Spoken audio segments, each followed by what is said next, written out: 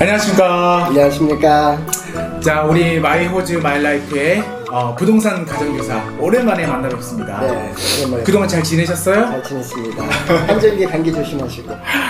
오늘 재밌는 주제를 네. 사장님이 준비하셨다고 해서 네. 근데 얼핏 들었는데 네. 제 주변에 네.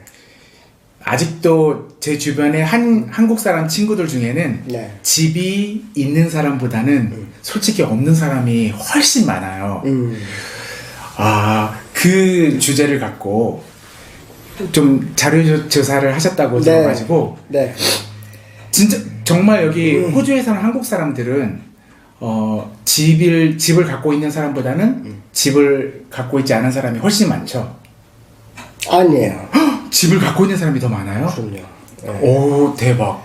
저희가 이제 사실 오늘 영상에서 제가 몇 가지 조사한 내용을 알려드리려고 네. 준비를 했는데 과거에 저희가 이제 세미나 하다 보면 네. 사용하는 자료 중에 몇 가지예요. 근데 네. 손님들이 굉장히 관심 있어 하셔서 유튜브 통해서 좀 더 많은 분들 통해서 좀 안내를 해드리고자 준비를 해봤습니다.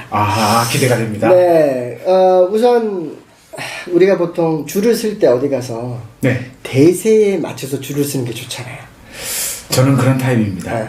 화장실에 가서 줄을 서야 되는데 이 줄이 빨리 줄을까 저 줄이 빨리 줄을까 아니면 뭐 극장에 가서 표를 사야 되는데 이 줄이 빨리 줄을까 저 줄이 빨리 줄을까 네. 눈치껏 잘 봐야 돼요. 호주에 집이 있는 분과 집이 없는 분들이 있으세요. 네. 그래서 조사를 해보면 집이 있으신 분들의 퍼센테지가 67%. 집이 있는 분들이. 있는 분들이. 이거는 한국 사람에 맞춘 건 아니죠? 아니에요. 호주 전체에 왔을 때. 호주에 거주하고 계시는 분들, 호주에 거주하고 계시는 분들을 기준으로 네. 집이 있으신 분들의 퍼센트가 67%고 67%. 11%. 네. 그 다음에 이제 여러 가지 사정으로 인해서 렌트 사시는 분들이 나머지 한 33% 정도 되죠. 그렇죠. 67%의 그 숫자 중에서도 네. 보면 제가 가장 부러워하는 융자가 없는 분들. 저도 부러워요. 집은 있는데 융자가 없어? 저도 부러워요. 대박입니다. 30%. 무려. 진짜. 그러니까 저도 이렇게 보면 어느 순간 제 나이가 어느 정도 그룹이 어느 정도 제가 되면 저도 이제 사는 거 이제 그만하고 이제 좀 정리를 해야 될 나이가 앞으로 도래하겠지만 융자가 없이 자기 집을 소유하고 계신 분들이 한 30%. 은행이 노예가 아닌 분들. 부럽습니다.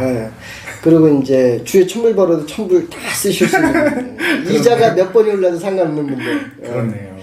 그리고 37%는 모기지를 갖고 계시는 분들이 네. 있으세요. 네. 그러면 혹시 그 자료도 있나요? 집을 두 채나 뭐 세 채 갖고 있는 분들. 네, 있죠. 네. 궁금합니다. 조사를 준비를 조금 해봤는데 네. 아까 그 67% 정도의 그룹이 네. 집을 갖고 있으니까 그렇죠. 중요한 점은 집을 사는 게 대세라는 거예요. 일단. 그래서 가능하시면 집을 사는 대세의 길을 쓰는 게 좋겠다. 사장님이 말한 대세는 집을 사자. 네. 뭐 저는 좀 반신반의 반신반의지만 사장님 입장에서는 충분히 그럴 수 있다고 있어요. 보고요. 네. 왜냐면 사람마다 내가 바라보는 시각이 다 틀리기 때문에 네. 제 말이 꼭 정답은 아닐 수도 있습니다. 네. 다만 저는 제가 부동산을 하는 입장에서 제가 그동안 경험하면서 봤던 수많은 분들을 볼 때 집을 사는 게 자산 형성의 가장 중요한 첫 번째 단추가 아닌가 이렇게 생각을 합니다. 아까 말씀하신 대세의 길. 그렇죠. 대세의 길이죠. 예. 아까 이제 대표님 또 질문하신 내용 중에서 이제 집을 갖고 있는 사람이 한 67%인데 네. 그 67%의 집을 갖고 있는 분을 100%를 이제 환산을 해서 내 집, 내가 거주하는 집 딸랑 하나 갖고 있는 거. 표현이 죄송합니다. 딸랑 하나는 아니고 내가 거주하는 좋은 집이 하나 갖고 계시는 네. 분. 퍼센트가 한 67.5% 정도 돼요. 네. 내가 이제 사랑스러운 아주 좋은 나의 집에. 그 다음에 내 집이 있으면서 투자용 집을 하나 갖고 계신 분들이 계세요. 이분들이 대략 한 20.4%. 숫자로 환산을 하면 41만 1,600명 정도가, 그러니까 10명 중에 6, 7명은 집이 있는데 그분들을 다시 또 100%로 환산을 해보면 20%, 20.4%가 집을 2채 이상 갖고 계시고요. 그 다음에 3채 이상 또 갖고 계세요. 7.7% 정도 돼요. 그래서 15만 5,200명 정도의 그 퍼센티지는 네. 죄송합니다. 저는 좀 한국 사람이다 보니까 한국 커뮤니티에 관심이 많아서 한국 커뮤니티도 비슷할 거라고 보세요? 약간의 차이는 있을 수 있는데 제가 볼 땐 저는 대동소이하다고 봅니다. 왜냐면 어떤 나타라고 하는 게 평균값을 가지고 계산을 해요. 네. 물론 커뮤니티마다 조금씩 이민 역사가 긴 커뮤니티, 중국 같은 경우는 아무래도 그 온오큐파이드 본인의 주택을 갖고 있는 비율이 훨씬 더 높을 수도 있을 것 같아요. 그 다음에 이제 이민 역사가 좀 짧은 나라, 네.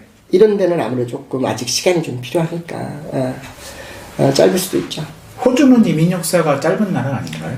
긴 나라입니다. 긴 나라예요? 예, 중국 같은 경우 제가 알기로 100년이 넘었잖아요. 아, 그쵸. 중국은. 한국은 한 40년.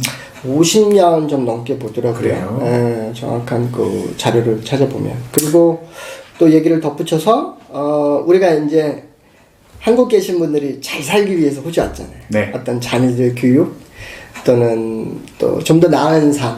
네.